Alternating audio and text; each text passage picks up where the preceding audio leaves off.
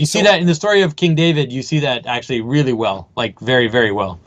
He breaks, like he acts as a fool and as someone who is actually a kind of thief, trickster figure while the tyrant is in power. And then when that tyrant falls, then he comes and creates a new centralized order by bringing the ark to Jerusalem. So he has that whole arc in his story. It's a very good version of it. Okay, good. I'll keep that in mind for when I get to that story in my biblical lectures. All right, so now you have to open the door on the wall. Mm-hmm. And the question is, who do you let in? So here's the idea. Okay, so you need to have a center, and the center has to hold because things are too complex without a center and a category system.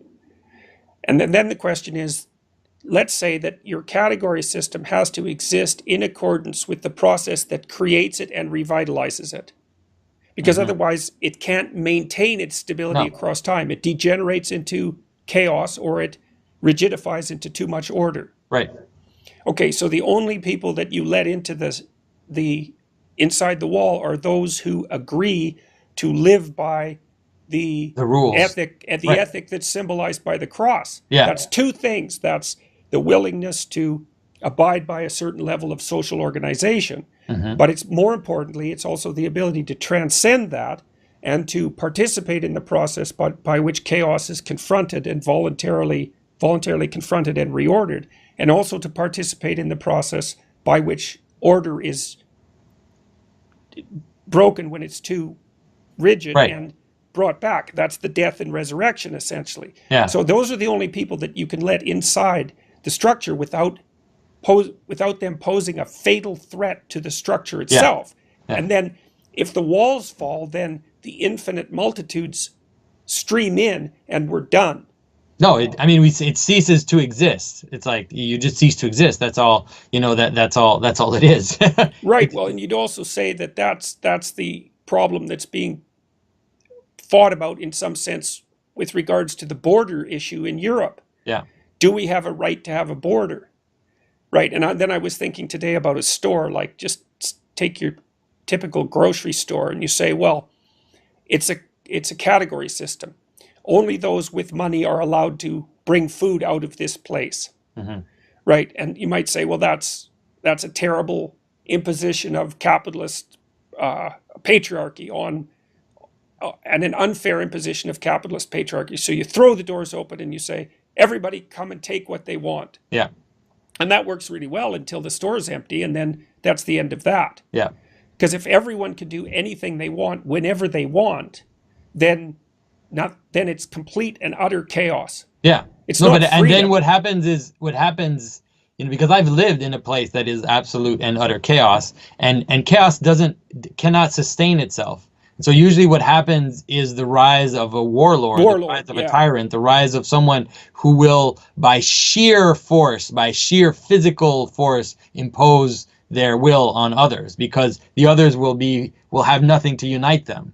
And so it's not true that, a lot of, you meet anarchists, and people who think that there is such a thing as like, this just kind of free anarchy where everybody's equal and everybody, can do whatever they want. That doesn't exist. Because in that anarchy comes a tyrant, inevitably. Right. There's no stopping it. Right. Into anarchy comes a tyrant. Yeah. Absolutely. Absolutely. And and then the problem with that is that the fundamental organizing principle of the tyrant is tyranny. Yeah. Pure power, and pure also personality cult. Like it's that person, instead of being an ideal unto which we serve, or a mythic figure or a divine figure, it becomes a guy. It becomes Hitler, or it becomes Napoleon, or it becomes Stalin, or whatever. Like it's that person. Everything is embodied in their personality. Like right. I always have this image of a functional system is the person who in some manner is able to at least symbolically step down from their power. Right. They always say that George Washington, what made him so great is that he stopped being president. And that's what created the impetus for the system to work. And the same in the Roman Empire, like Augustus, people will say that he didn't really do it, but when Augustus became emperor, he stepped into the city as a citizen, and he gave away all his power. And by giving away all his power in a strange way, he actually became the most powerful person in Rome. But his power was not a legal power. It was like there was something about his capacity to not be the tyrant, which stabilized the empire and made him very powerful, but in a very kind of strange way. It's different. Right. So like a legitimate ruler has to be bound by proper sovereign authority. Yeah, exactly. Right? Like he gave himself to the Senate and said, "I'm at your service," and so it made him very powerful. But he also kind of bound his power through in the Senate. Right. Well, you see that emerging as early as Mesopotamia, where Marduk, or where the emperor had to act out his embodiment of Marduk in the New Year's festival, and Marduk was the god hero who went out and confronted the dragon of chaos and made the world. And so the reason that the emperor had it's not sovereignty, legitimacy. The reason the emperor had legitimacy is because he was acting out an archetypal pattern that transcended his own personality. And then the question is, well, what's that archetypal pattern? And the answer to that is that's the hero who recasts the tyrannical state and who confronts chaos. So the structure, that the answer to the problem of how you maintain a structure in the flow of time, is that you make the structure itself subordinate to the principle by which the structure is generated. And that means that the sovereign needs to be responsible to the word, essentially. That's how you would think about it from a Judeo-Christian perspective. And that's above everything. And it's the thing that does the categorization initially. That's when God creates the world because of the word, and when Adam names the animals and all of that. So, but also maintains that across time, because it does slip and slide. So, it wasn't really, see, we've been talking about a postmodernism, right? And about a logocentrism. And we've been kind of laughing about that too, because of its reference to Derrida's phallogocentrism. But it's funny too, because if you look at Hindu representations of the center, they're not phallogocentric. The phallus is embodied it's the lingam and the yoni. The phallus is conjoined with the yoni. It's a masculine female duality that's at the center. It's not just the masculine. And so the idea that center is necessarily phallogocentric is also wrong. But the thing is that okay, this is going to get explicit, I guess, but it is phallogocentric. Even if you imagine the phallus inside the woman, the phallus is the center, and the woman envelops the center, the phallic center. But I think that what I've been trying to get to, and I think what we've all been trying to get to, what you've been trying to get to too, is to be able to speak of logocentrism as in the proper manner. That is, to understand that to say logocentrist means that we also understand like the power of the power of the frame, let's say. So the image I have of logocentrism is really there's an image of the Mother of God, of Mary, with her hands up like this, and in her center there's a circle, and out of her is coming the Christ child, and inside that circle you see the stars, as if it's like the entire cosmos, which is the frame for the logos to manifest itself in. And the idea you see that in those open virgins too, from the 14th century, where Mary is holding a globe, I think, generally speaking, and then she opens up, and inside you have God the Father, and he's holding Christ on the cross. It's a similar sort of notion. And so I think that if we understand it that way, there's like an implicit in the notion of logocentrism. There's an implicit kind of secret mention of the power of the feminine in that very term, if we understand it fully as the need for the kind of chaotic outside, or the chaotic potentiality which frames the manifestation of the logos, and to understand that those two things need each other. Like the logos doesn't manifest himself without a question, right? There has to be a Right. question for there to be an answer, and the question is a frame for the answer. It's like Right, definitely. Well, okay, and that's really yeah. important. That's like super important, and it shows how powerful the feminine is, because it actually acts as the category, like, let's say, the frame in which the answer is given. You know? Okay. So let's develop that for a minute. So, let me see. That had made me think of something that I also wanted to talk to you about. Oh yes. So okay. So you said the frame is determined by the question that's answered. Yeah. Or that's asked. That's okay. asked, yes. Good. Perfect. So this is where I've been butting heads with Sam Harris, and where you butted heads with Weinstein in Vancouver. Right. Okay. So because the question is, okay, so you have to have a category system. Now, Harris basically claims that you can derive the category system from the facts. Yeah. Right? But the objection to that is there's an infinite number of facts and they don't tell you what to do with them. Yeah. Okay, so I would say instead that you derive the category system from your aims, because categories are there to help you fulfill your goals. That's how category systems work. Yeah. That's why I think of them as pragmatic. Yeah. Okay, so now the question is, given that your category system includes and excludes and defines the world, what should be the aim of the category system?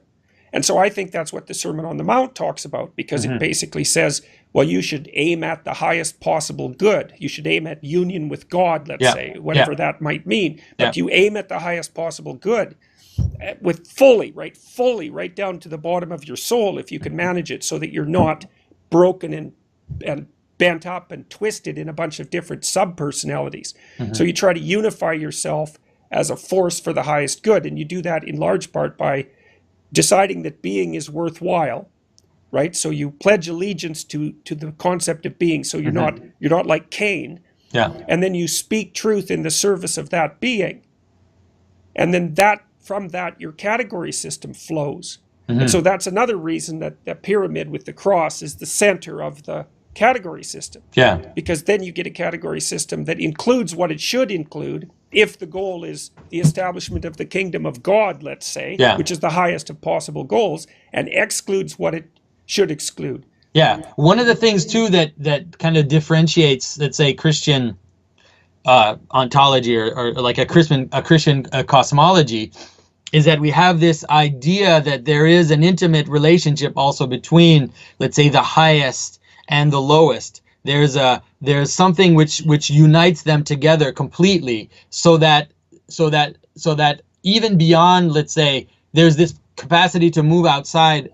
How can I say this? To unite things together. And so there's this idea, let's say, like, for example, there's an idea, like the idea of a normal, of a Christian family, let's say, the father is the head of the household, like this idea that people hate today. But there's this sense that the head or the king or the chief exists for the benefit of those that are the lowest. Right. And that's continually insisted upon in the Old Testament. Yeah. Because the prophets always come up and say to the king, you're not attending sufficiently to the widows and the orphans. Yeah. And that means that you've become corrupt.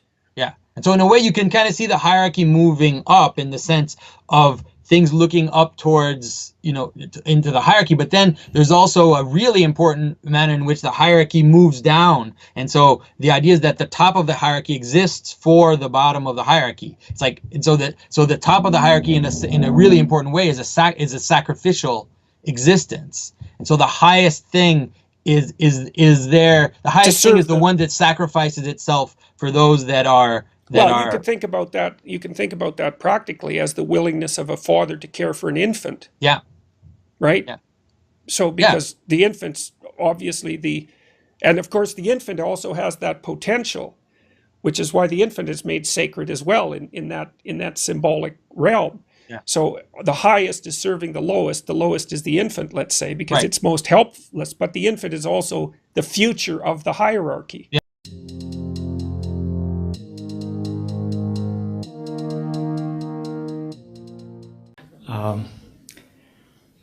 you call yourself an anarchist or anarcho-syndicalist, to be precise. So my question, or actually I would like to pose more questions on this topic. But the first question is very simple, but I guess the answer should be very complex. How would an anarchist society would look like? How would anarchist society would look like? Sorry. And second question: how to communicate anarchist ideas? Because my experience is, and I'm not anarchist myself, but kind of sympathizer. My experience is that people, when you say the word anarchy, people imagine a lack of order. People imagine lack of security, something like the Hobbesian state of nature, the war of all against all, and so on. And I think that the general idea of anarchism in the general public is very much influenced by this misconception. So how to communicate anarchist ideas?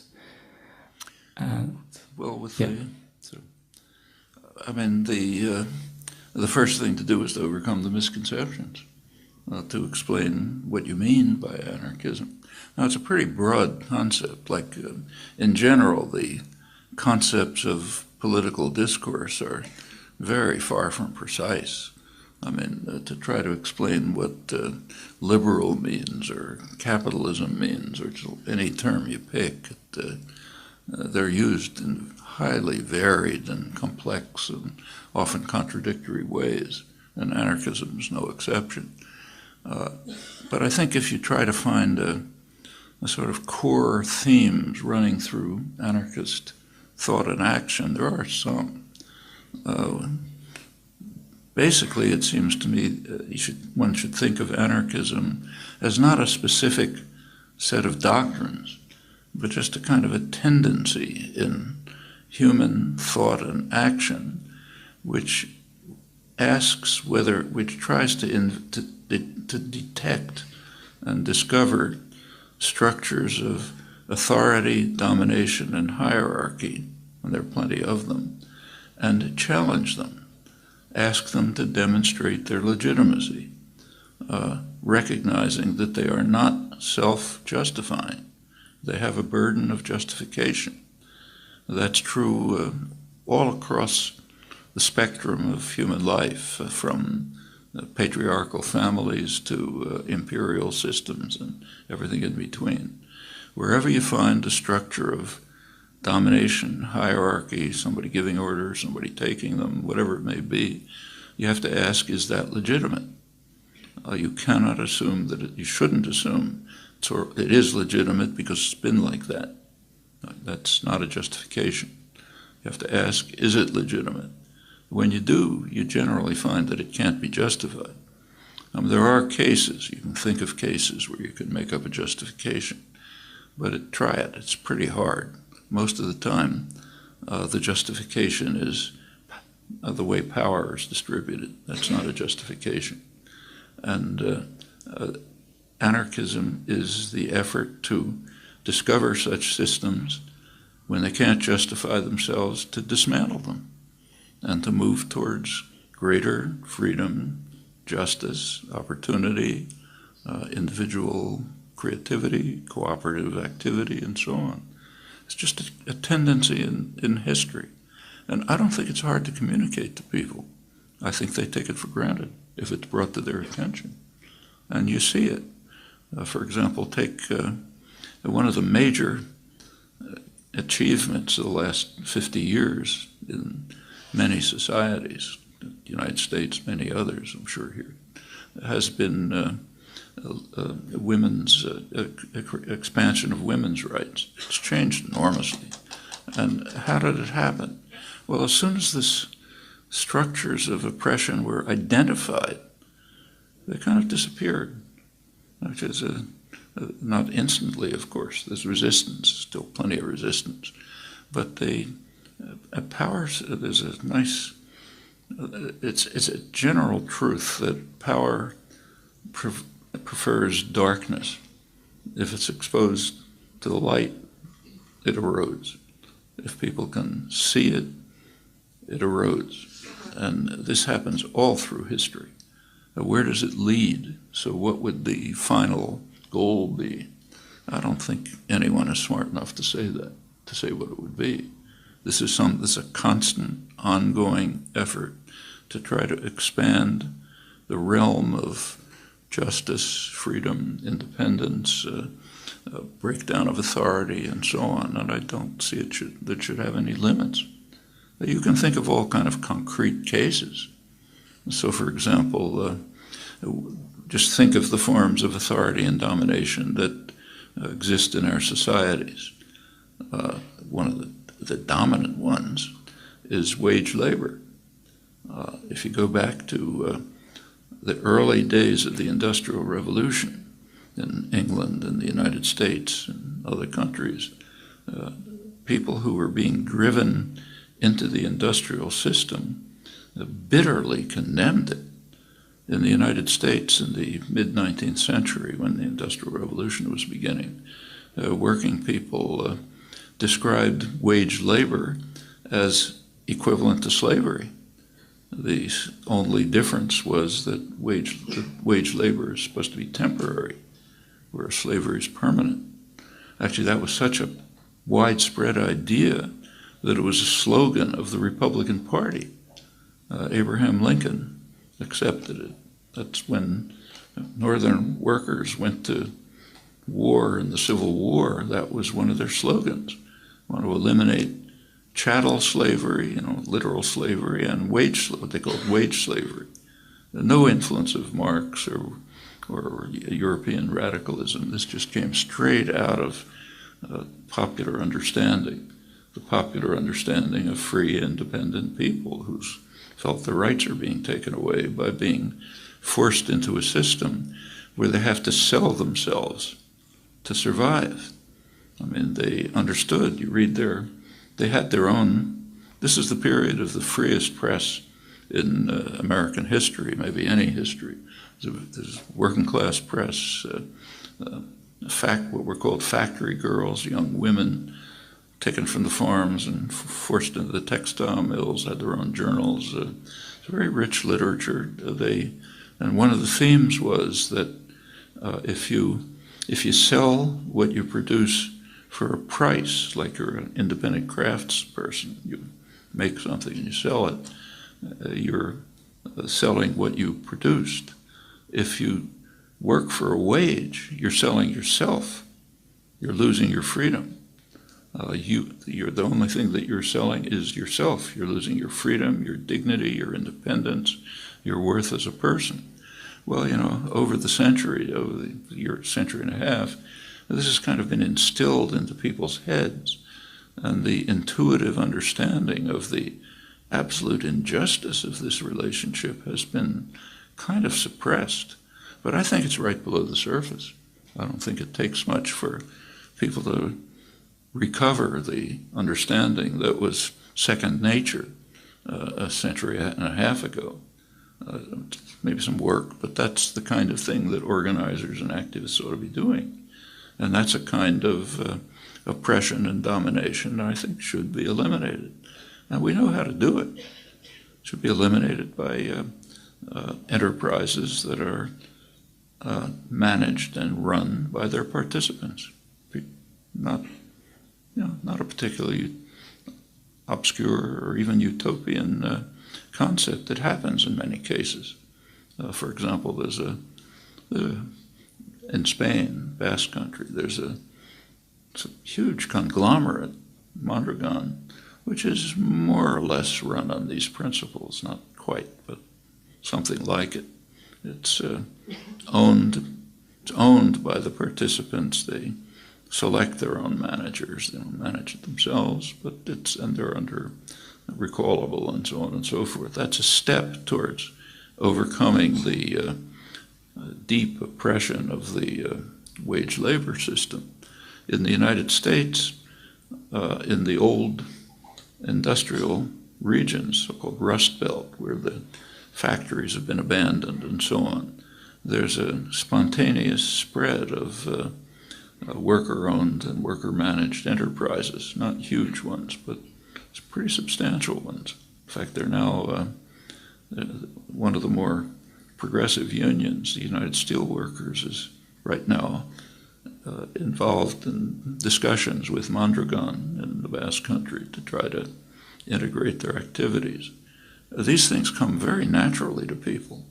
It seems perfectly obvious thing to do, and I don't think there's difficulty in communicating it once people are freed from the oppression that comes from just reflexively adopting the customs and conventions in which you survive. Actually, it's rather similar to the women's movement in this respect. So, for example, if you'd asked my grandmother whether she was oppressed, she wouldn't have understood what you're talking about. That's like asking, does she breathe? If you asked my mother whether she was oppressed, she knew it, and she resented it, but she thought there's nothing you can do about it. My daughters, it's totally different. They won't even bother answering it. Those are changes. Those are changes that have taken place just through exposing power to the sunlight and seeing it evaporate. And I think this can happen in many domains. So what would an anarchist society look like? Well, the final result, I don't expect the final result. Human life is too complicated, but you can see steps towards more freedom, more elimination of illegitimate structures of authority, and where it goes is for people to make their own decisions about.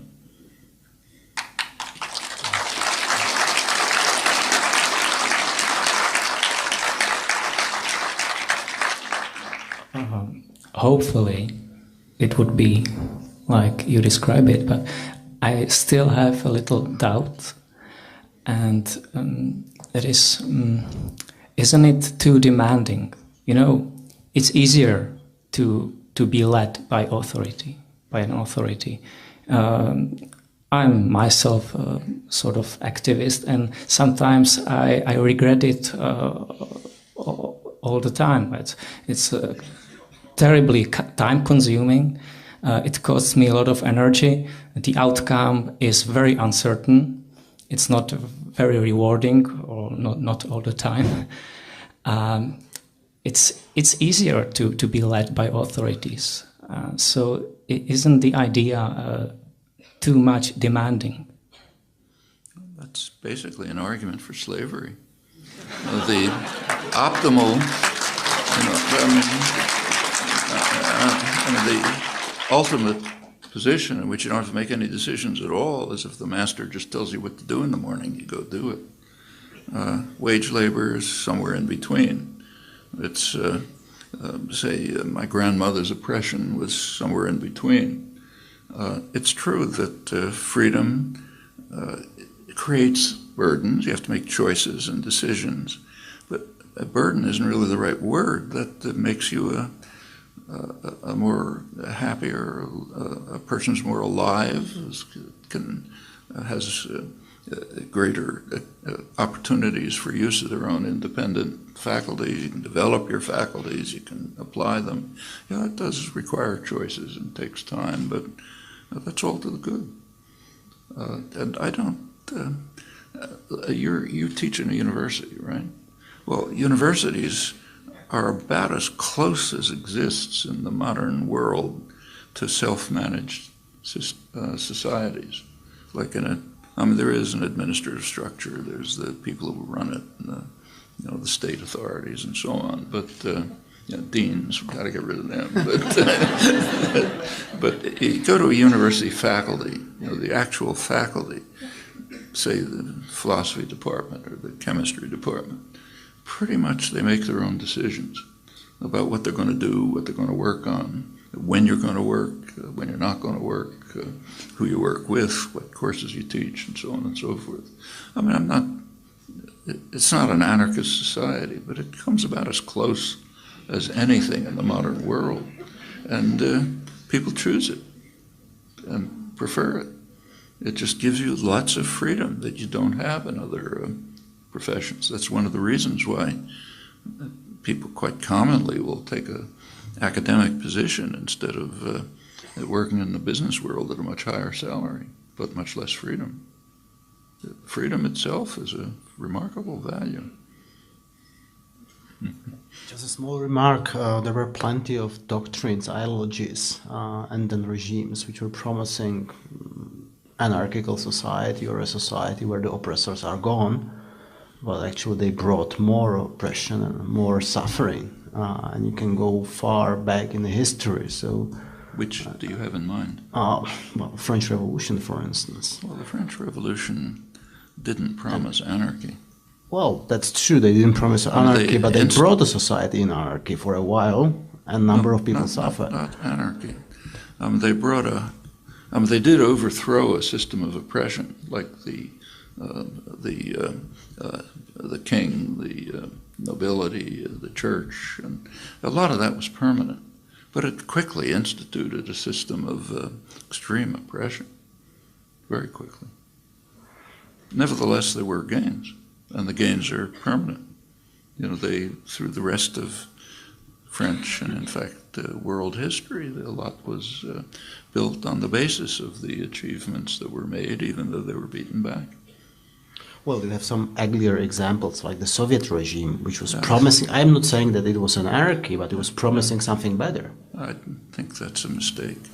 If you take a look back to the early part of the 20th century, early 1900s,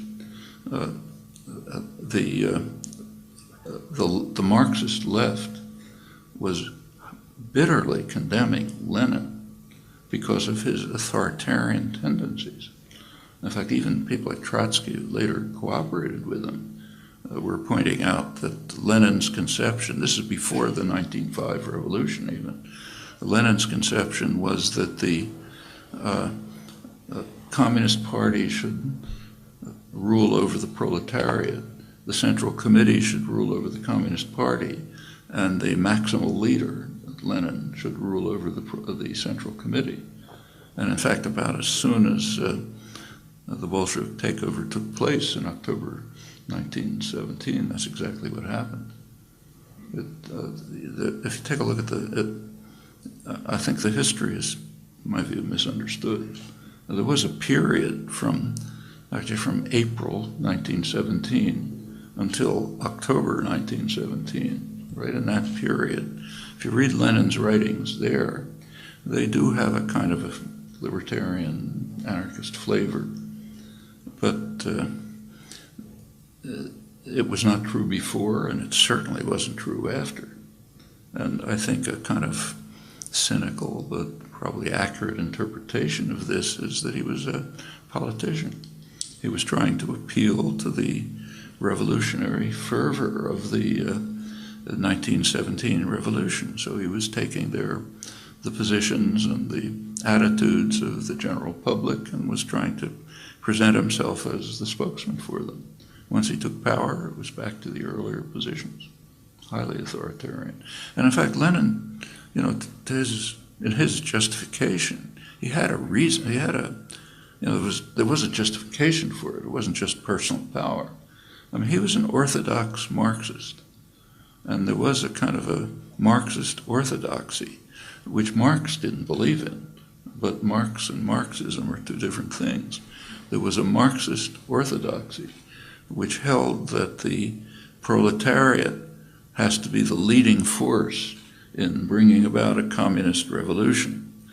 Now, Lenin understood that in Russia was a backward, mostly peasant society. There wasn't a proletariat which could be a leading force. And if you look at Lenin's view at the time, it was that the revolution would take place in Germany, the most advanced industrial society, and Russia would be a kind of a backwater, and it would sort of have to be drawn along in the world revolution.